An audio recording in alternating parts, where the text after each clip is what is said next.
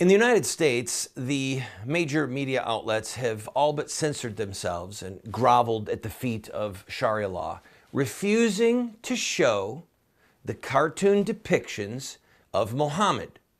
Now, as you know, in the news recently, those two terrorists were shot dead in Garland, Texas, as they rolled up guns blazing, trying to harm or kill people who were participating in the cartoon contest.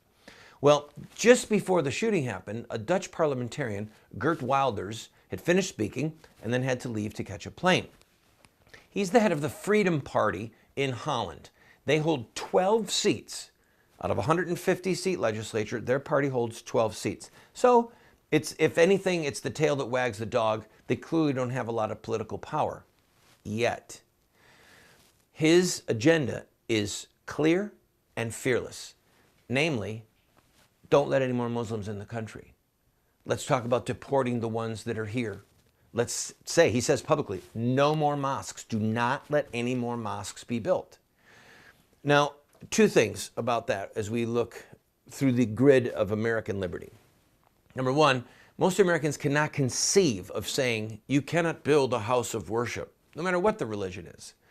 But he has connected the dots. He recognizes that a mosque is basically an embassy of a foreign government. It's a foreign law code. Sharia law is a foreign law code. And their allegiance is ultimately to Sharia law, to the Quran, and to the Ummah, one people, one Islamic people. Geert Wilders gets it. He gets it. And he's come to the place, having lived with police protection for nearly 10 years, he's come to the place where he says, look, I have nothing to lose except my life. They have multiple fatwas against this guy. They want him dead.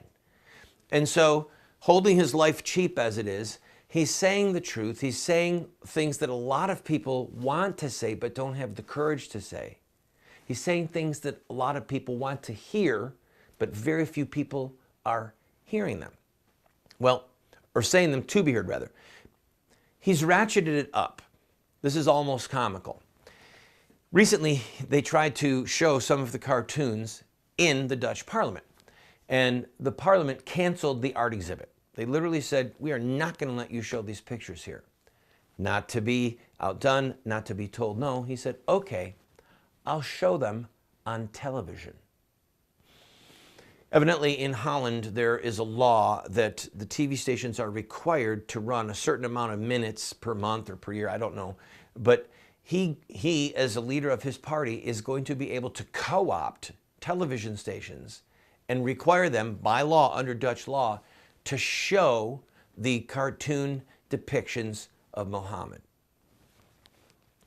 Come full circle back to the New York Times, to the Washington Post, to Fox, to CNN, and think with me, with the exception of the Washington Post showing one cartoon, this one, the one with the turban and the bomb in the turban. With that exception, the New York Times, the LA Times, the three major networks, even our beloved Fox, bowed the knee to Islam, to Sharia law, submitted to their fears. So when you think of Pamela Geller or you think of Geert Wilders, and you think, well, man, they're just provoking. They're just trying to pick a fight.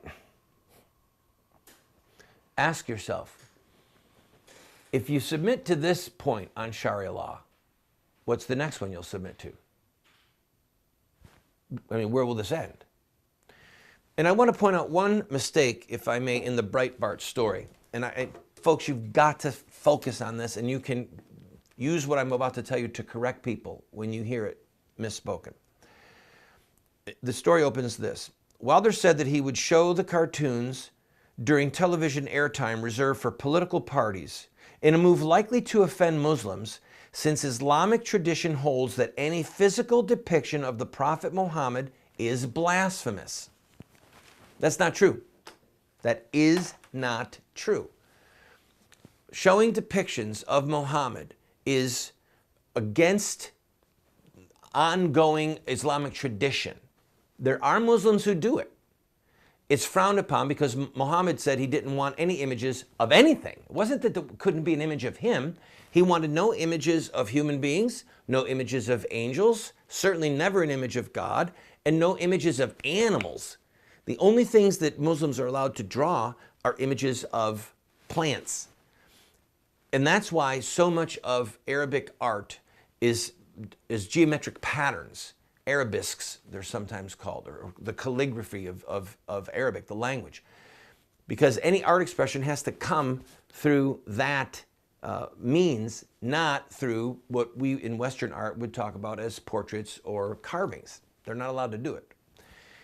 The issue is not that it's blasphemy to depict Muhammad. The issue is it is a capital offense, punishable by death, to mock Muhammad. That's it.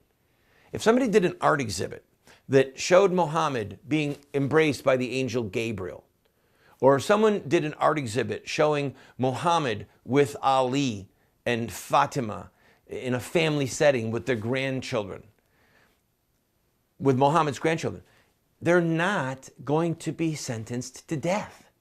They're just not. It's because he is being mocked. And Muhammad, once he got the reins of power in his hand, one by one, he had people assassinated, killed in their bed, who mocked him.